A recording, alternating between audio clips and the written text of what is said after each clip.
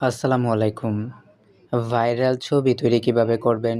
সম্পূর্ণ ফ্রিতে আপনাদের মোবাইল দিয়ে সেই প্রসেসটা দেখাবো। দেখতেছেন আমি যদি GoPrompt অ্যাপ্লিকেশনটির মধ্যে যাই, তাহলে এখানে দেখতে পারবো ইতোমধ্যে যে ট্রেন্ডিং ছবিগুলা রয়েছে, সেই ধরনের ছবিগুলো এখানে আসতেছে। আপনারা এখান থেকে যে ধরনের ছবি তৈরি করতে চান, সেই ধরনের ছবি তৈরি করতে পারবেন খুব সহজে।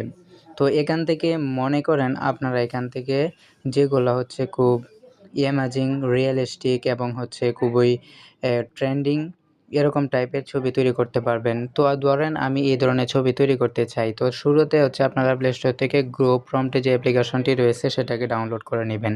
তারপরে এই ধরনের ছবি তৈরি করার জন্য এই ছবিতে ক্লিক করার পর এখানে জেনারেট প্রম্পট পাবেন। এটাতে ক্লিক করবেন। এটাতে ক্লিক করে দিলে আপনাদের কিছুক্ষণের মধ্যে প্রম্পটটা কপি হয়ে যাবে। তারপরে এখানে কপি প্রম্পট লেখা পাবেন। এখানে লেখার পর একটা অ্যাড আসবে। অ্যাডটা দেখে প্রম্পটটা কপি হয়ে যাবে।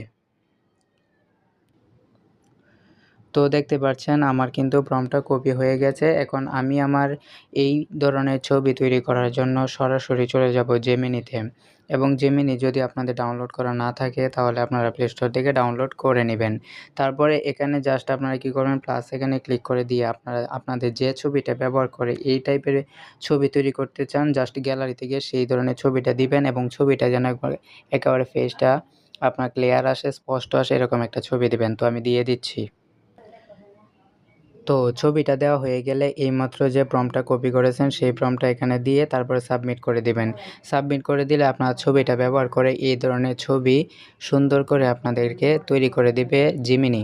খুব রিয়েলিস্টিক এবং হচ্ছে খুব রেজুলেশন খুব সুন্দর হয় এবং হচ্ছে আকর্ষণীয় ট্রেন্ডিং ছবি তৈরি করে দেয়।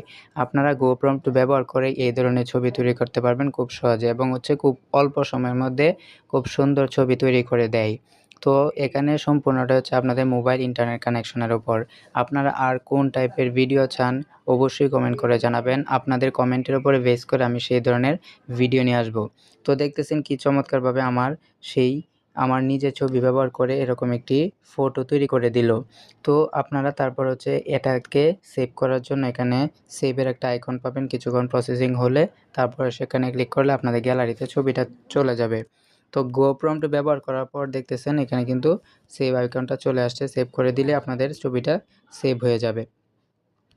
তো এখন হচ্ছে আপনারা কি করবেন, এই GoPrompt অ্যাপ্লিকেশনটা ডাউনলোড করার জন্য প্লে স্টোরে চলে যাবেন এবং প্লে স্টোরে চলে যাওয়ার পর এখানে GoPrompt লিখে সার্চ করলেই প্রথম যে অ্যাপ্লিকেশনটা পাবেন সেই অ্যাপ্লিকেশনটা আপনারা হচ্ছে ইনস্টল করে নেবেন। তো আশা করি বুঝতে পেরেছেন। Thank you.